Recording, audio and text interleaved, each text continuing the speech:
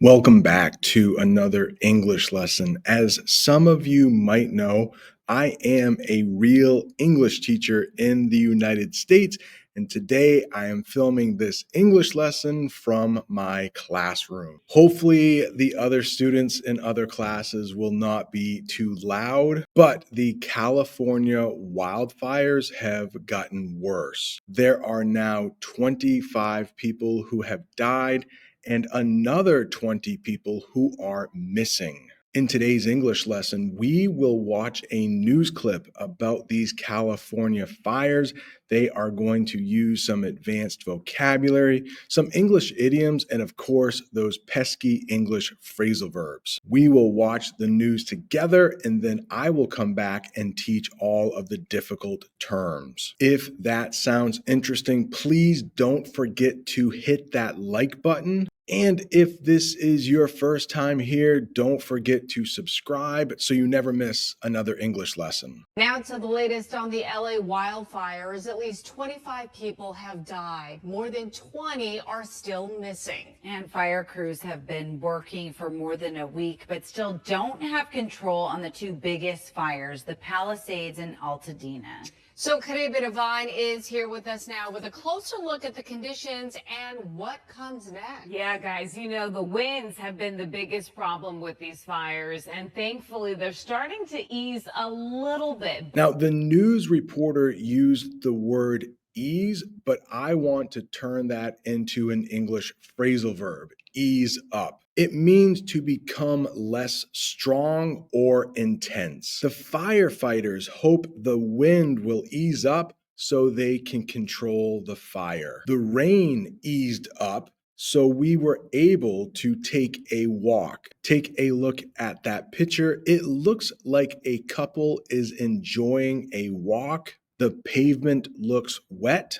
Maybe 15 minutes before, they were not able to go outside because it was raining too much, but the rain eased up and they were able to go on their walk. When watching the news about these wildfires, I have heard the term Frontlines quite a bit, and they use it here. Let's talk about what the Frontlines means. It means the area where the most important or difficult work is happening. You might hear this during a war also. The firefighters on the front lines are risking their lives to stop the fire. And in the picture, we just have soldiers instead of firefighters, but these soldiers are on the front lines. This is where most of the fighting is happening. If a lot of people are getting sick, you might hear front lines when it comes to doctors and nurses. Nurses were on the front line of the war helping sick people. Now to the latest on the LA wildfires. At least 25 people have died. More than 20 are still missing. And fire crews have been working for more than a week, but still don't have control on the two biggest fires, the Palisades and Altadena. So Caribe Divine is here with us now with a closer look at the conditions and what comes next. Yeah, guys, the winds have been the biggest problem with these fires, and thankfully they're starting to ease a little bit, but the firefight is still far from over.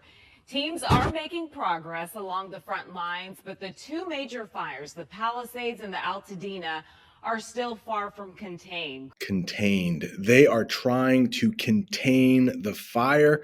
Let's talk about what that means. Under control or stopped from spreading. The fire is now 50% contained, but firefighters are still working. We have some more medical stuff here. Doctors were able to contain the virus, preventing it from spreading across the country. Too bad that was not true back in 2020. Now here we come to this picture.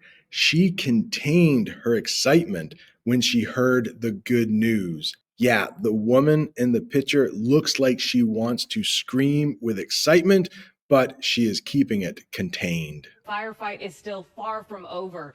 Teams are making progress along the front lines, but the two major fires, the Palisades and the Altadena, are still far from contained. Crews also dealing with hotspots. The conditions in most of these burned out communities means that More than a week after the evacuations, most families still cannot get back to their homes.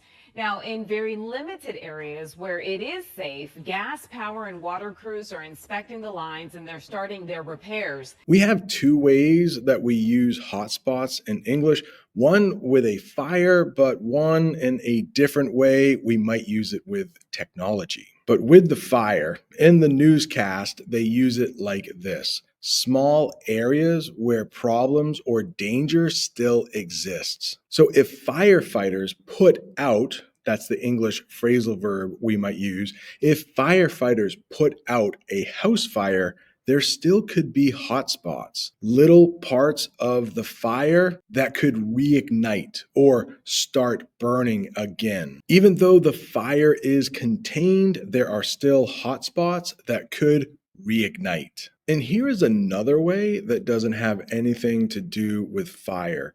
The park is a hotspot for tourists in the summer. It's like a place where everybody wants to go. But when we talk about technology, a hotspot is a little different.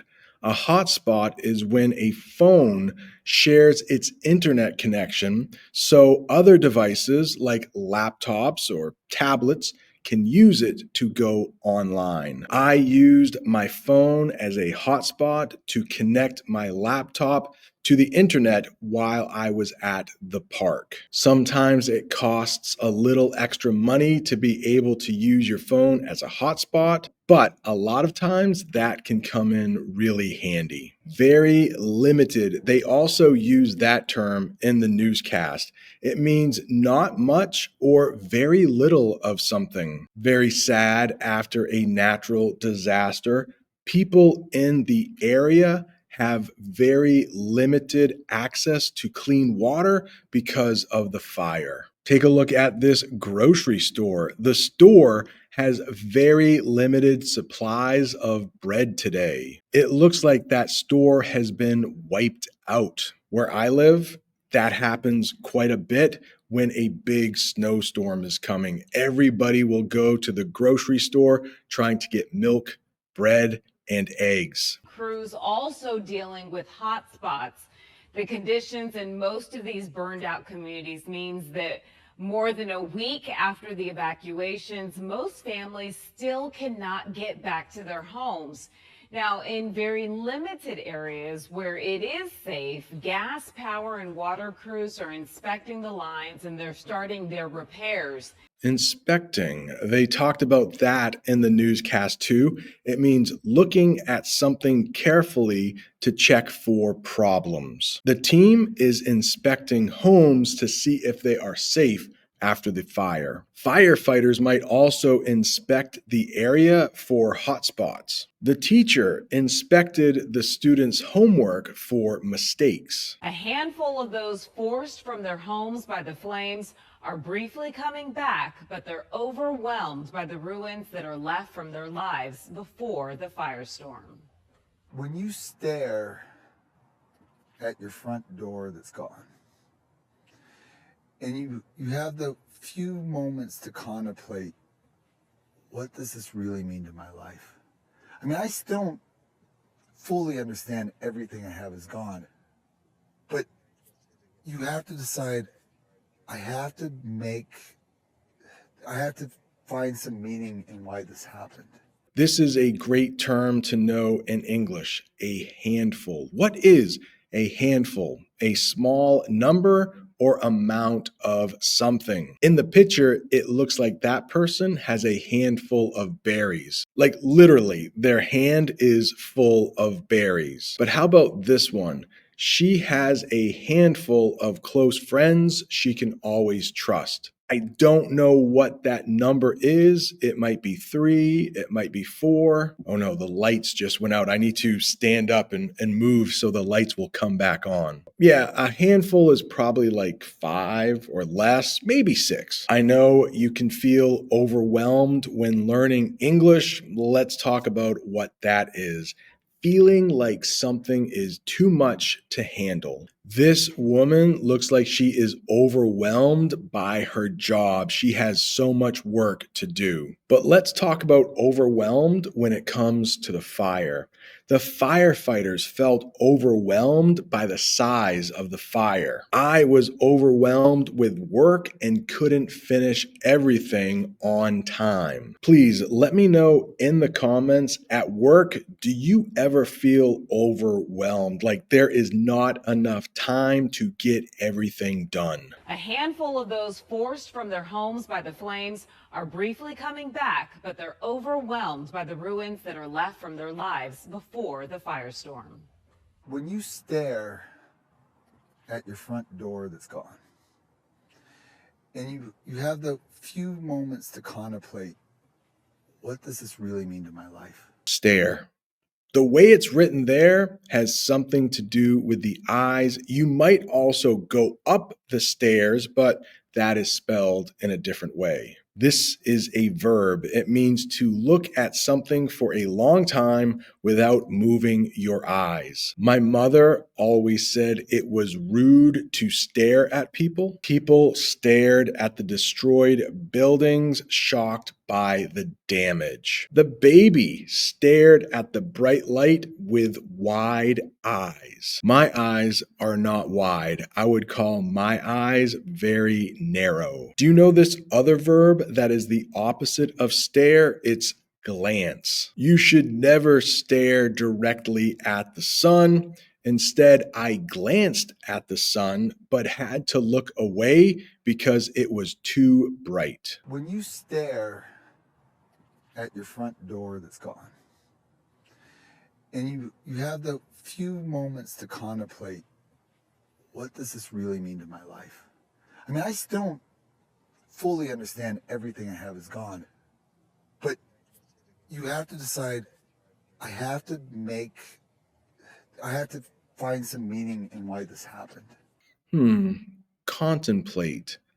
Contemplate. That means to think deeply about something. Here is a sad sentence using contemplate and something about the fire. She sat quietly contemplating whether to rebuild her house after the fire. And it looks like this little girl is contemplating on which glasses to buy. Here is another sentence not about this little girl, but he is contemplating moving to a new city for a better job. This can be a difficult one, but to find meaning means like try to find the big idea of something. Let's get the official definition. To understand the importance or purpose of something. Like you might hear in English, I am trying to find the meaning of life. Like, why are we here on this planet? Many people try to find the meaning of the tragedy of the wildfire. It's like asking some really big questions, like maybe like, is God involved in these kind of events? Really deep thinking, a little more than contemplating. After losing her job, she worked hard to find meaning in her life again. To me, that sentence is describing somebody who is very depressed, very, very sad. That is it. Hopefully your English is so much better than before you started watching this lesson. Congratulations. If you are looking for more English, like right over there is another English lesson I did about these wildfires. Thanks so much for watching. See you next time.